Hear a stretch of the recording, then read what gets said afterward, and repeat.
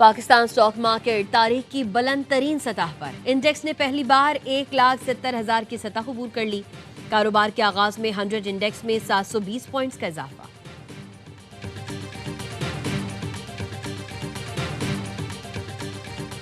کراچی میں heavy traffic نے ایک اور شہری کی جان لے لی۔ سرجانی 4 کے چورنگی کے قریب ٹینکر کی ٹکر سے موٹر سائیکل سوار جاں بحق، مشتعل شہریوں نے ٹینکر کو آگ لگا دی، ڈرائیور فرار۔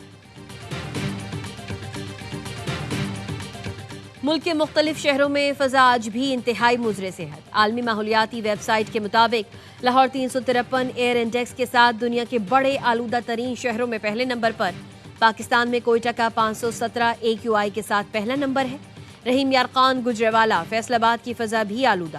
خیبر پختونخوا کے میدانی علاقوں اور جنوبی پنجاب میں شدید دھند، موٹر وے کے کئی سیکشنز ٹریفک کے لیے بند۔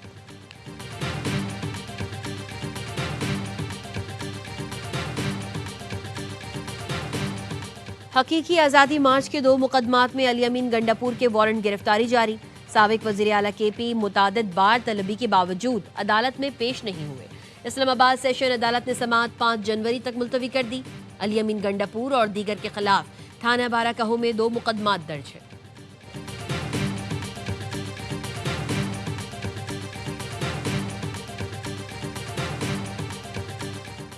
PTI نے بانی کو مائنس کر دیا ہے، یہ صرف ڈرامے بازی کر رہے ہیں۔ پارلیمنٹ کی کمیٹی میں بانی سے لا تعلقی کا اظہار کیا گیا۔ بانی تو سائیڈ ہو گئے۔ سینیٹر فیصل وابڈا کی پروگرام خبر میں گفتگو، کہا وزیر اعلیٰ سہیل آفریدی اڈیالہ جیل کیوں نہیں آئے؟ بانی PTI کو جتنی تکلیف ملے گی بلاگرز کے پیسے بڑھتے جائیں گے۔ ملٹری رولز کے مطابق سزا پانے والوں کی کسی اور جیل میں منتقلی فی الحال نظر نہیں آ رہی۔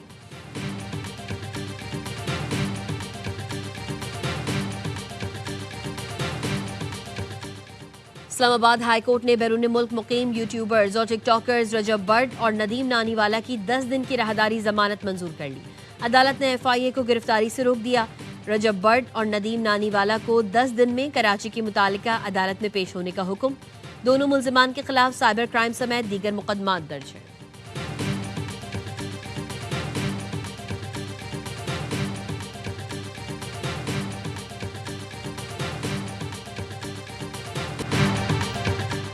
مزید 20 صوبے بنانے سے پہلے پنجاب اسمبلی کی منظور قرارداد پر عمل کریں۔ پنجاب نے نیا صوبہ بنانے کی قرارداد منظور کی تھی۔ قومی اسمبلی میں بھی نئے صوبوں کے لیے اتفاق رائے ہوا تھا۔ اس وقت ہماری اکثریت نہیں تھی۔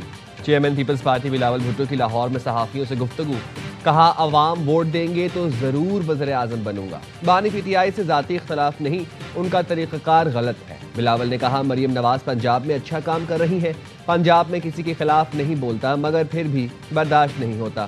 صنعت کاروں اور تاجروں سے خطاب میں بلاول بھٹو نے کہا معیشت ڈنڈے کے زور پر نہیں چلتی، پیار سے چلتی ہے۔ حکومتیں ڈنڈے کے زور پر معیشت چلانے کی کوشش کرتی رہی ہیں۔ کہا وفاق کی معاشی مشکلیں دور کرنا صوبوں کی ذمہ داری ہے۔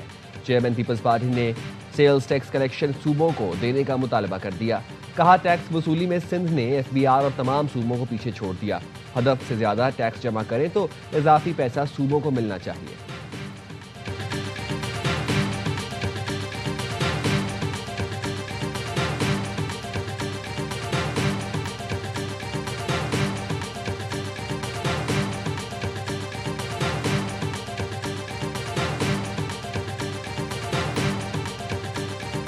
خان صاحب کا اور ہمارا یہ تقاضا ہے اور یہ خان صاحب کا حق ہے کہ وہ ڈاکٹر جن پہ خان صاحب کو خود بھروسہ ہے، جو ان کے پرسنل مالج ہیں اور سالوں سے ہیں، دہائیوں سے ہیں، وہ خان صاحب کا معائنہ کریں۔ ہم کسی اور رپورٹ کو درست نہیں مانیں گے۔ PTI نے بانی کی سرکاری طبی رپورٹ ماننے سے انکار کر دیا۔ پمز اسپتال کے ڈاکٹرز نے اڈیالہ جیل میں بانی PTI کا طبی معائنہ کیا۔ معائنے کی رپورٹ جیل حکام کو بھیجی جائے گی۔ ڈاکٹرز کی ٹیم میں جنرل فزیشین، جنرل سرجن، ماہر پیتھولوجی اور اسکن اسپیشلسٹ شامل تھے۔ PTI کے سیکرٹری جنرل سلمان اکرم راجہ نے مطالبہ کیا بانی کا معائنہ ذاتی معالجوں سے کرایا جائے۔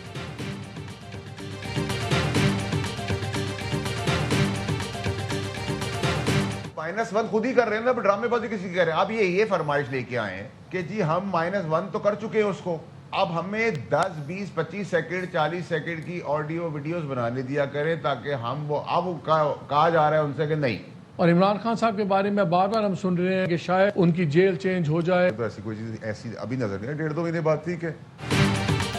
پی ٹی آئی نے بانی کو مائنس کر دیا ہے. یہ صرف ڈرامے بازی کر رہے ہیں. بانی کو جتنی تکلیف ملے گی پارٹی قیادت کی سیاست چمکتی جائے گی. کسی اور جیل منتقلی فی الحال نظر نہیں آ رہی.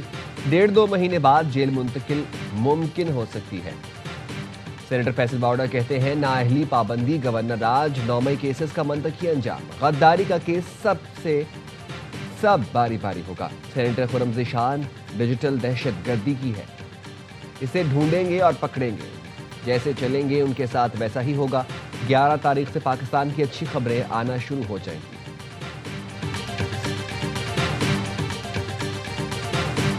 اکتوبر 2024 میں فیصلہ ہوا خان صاحب اور بشر بی بی دونوں کی رہائی کا. اس وقت تنازع کھڑا ہوا فیض کے نام کا, وہ نہیں مانا گیا. پھر 24 نومبر آتا ہے. 24 سے 25 اس پروسیس کا تو میں خود حصہ رہا. اس وقت انہوں نے 1 ہفتہ ٹائم دیا کہ جی آپ سنجانی میں بیٹھ جائیں. اب یہ تو زبان زدے عام بات تھی کہ ہم نے بالکل آفر کیا تھا سنجانی کا, لیکن اور تیسری دفعہ پھر دسمبر میں جب گارنٹرز آ گئے, جو آپ کو علم ہوگا, بانی پی ٹی آئی کی رہائی 3 بار ممکن ہوتے ہوتے بچی رہ گئی. شیر افضل مروت کا پروگرام آف دی ریکارڈ میں انکشاف. حکومتی رہنما بیرسٹر عقیل نے بیان کی تائید کی. شیر افضل مروت نے کہا اکتوبر 2024 میں فیصلہ ہوا. بیرسٹر گوہر بیرسٹر سیف علی امین گواہ ہیں. فیصلہ ہوا کہ بانی اور بشرا بی بی دونوں کو ضمانت پر رہا کیا جائے. اس وقت فیض کے نام کا تنازع کھڑا ہوا کہ وہ بھی رہا ہوں. فیض حمید کی رہائی سے متعلق اس وقت مانا نہیں گیا تھا. 24 نومبر 2024 کو بھی بانی کی رہائی کے لیے 1 ہفتے کا وقت دیا گیا. بانی کی رہائی ہوتے ہوتے بچی. اس حقیقت کو جھٹلایا نہیں جا سکتا.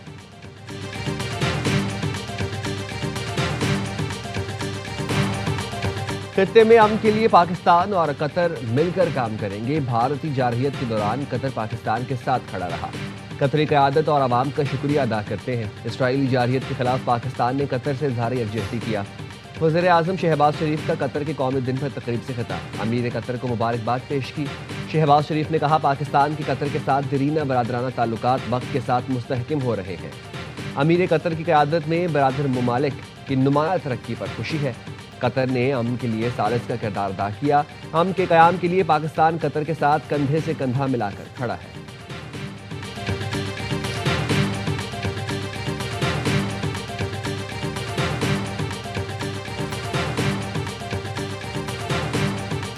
انڈونیشیا کے صدر 2 روزہ دورہ مکمل کر کے وطن واپس روانہ.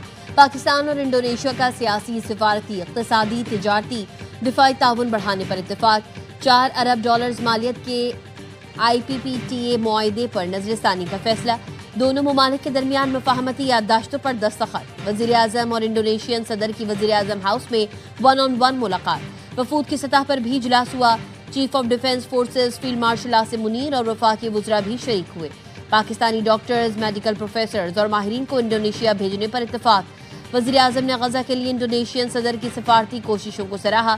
انڈونیشیا کے صدر نے JF-17 تھنڈر طیاروں کی سلامی کو اعزاز قرار دے دیا. ایوان صدر میں انڈونیشیا کے صدر کو اعلیٰ ترین اعزاز نشان پاکستان سے نوازا گیا.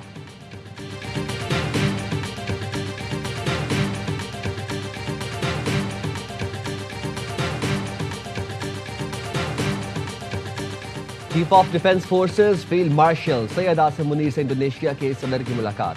افواج کے درمیان تعلقات مزید مستحکم بنانے کے عزم کا اظہار. فیلڈ مارشل سید عاصم منیر نے کہا پاکستان انڈونیشیا کے ساتھ تعلقات کو قدر کی نگاہ سے دیکھتا ہے.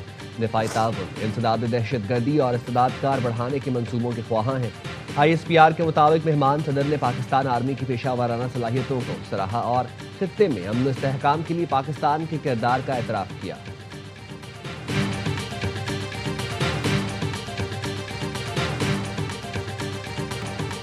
حکومت نیب کے ذریعے سیاسی انتقام پر یقین نہیں رکھتی. نیب کو شفافیت سے کام کرنے کی مکمل آزادی ہے. مالی بدعنوانی کے خلاف ٹھوس اقدامات اٹھانا حکومت کی ترجیحات میں شامل ہے.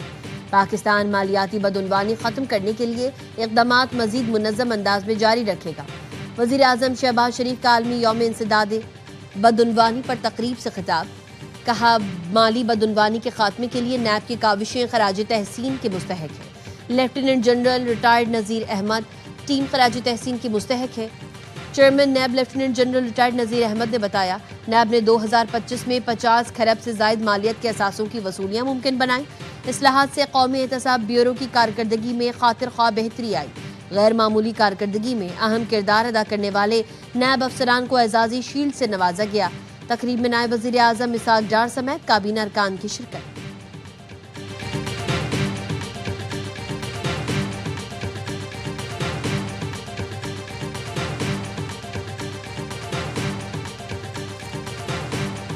معاشی استحکام ہی پاکستان کو آگے لے کر جائے گا۔ آئی ایم ایف نے اعتراف کیا بدترین سیلاب کے باوجود پاکستان نے معاشی استحکام برقرار رکھا۔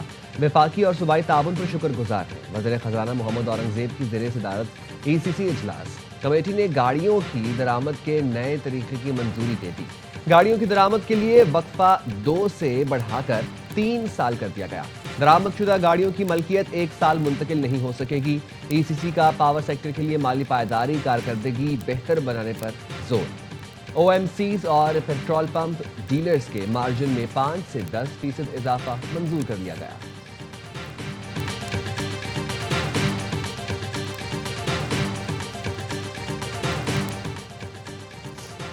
سوار محمد حسین شہید نشان حیدر کا یوم شہادت۔ Chief of defence forces field martial کا خراج عقیدت۔ شہید نے 71 کی جنگ میں شکرگڑھ سیکٹر پر بے مثال بہادری دکھائی۔ ایئر چیف اور نیول چیف کا بھی خراج عقیدت۔